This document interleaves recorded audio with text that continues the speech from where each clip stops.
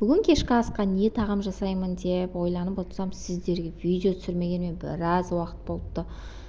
Қой құрсын, менен оқырмандарым жаңа рецепт күтіп отқан шығар деп YouTube каналымды қайтадан қолға алатын болдым. Және бүгін кешкі асқа жасайтын жаңа тағамымыз ол итальян пастасы.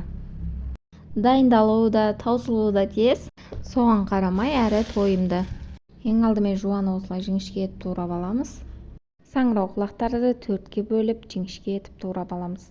Мына туралып жатқан саңырауқұлақтарды табу оңайлыққа соққан жоқ. Өзіміздің дүкендерде сатылмайтын болғандықтан қалаға барып алып келдім.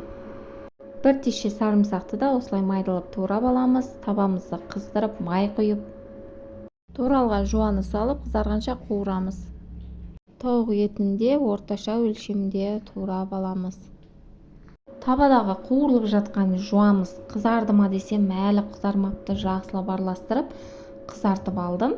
Енді үстінен туралған сарымсағымызды салып тағы да араластырамыз. Сарымсағымыз да қызыл түске енгенде етті қосып жақсылап араластырамыз.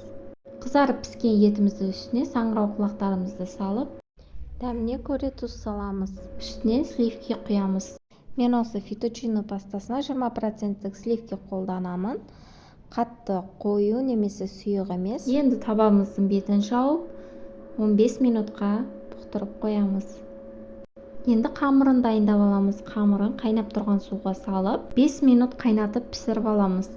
Осы процесті мұқият қадағалаңыздар. Қамырыңыздың түріне қарай қанша уақыт пісуіне қарап бақылап, пісті-ау деген кезде сразу алмасаңыз езіліп кетіп, тамақтың түрінде, дәмінде құртады.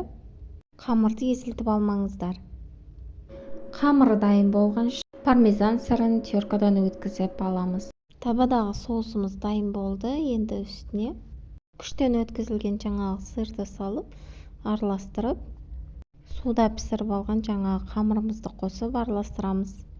Сіздер тек пармезан емес, кез келген сырды қолдансаңыздар болады. Тек қана сливочный, яғни ыстықта еритін сыр болу қажет.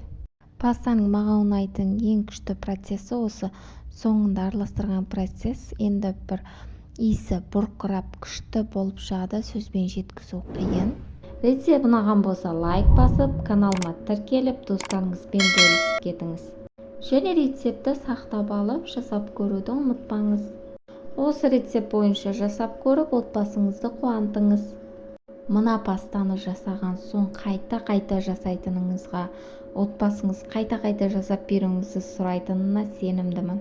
Тәбетті ғана емес, дастархан көркінде ашатын осындай тағамды сізбен жасаған қаламқас ас болсын.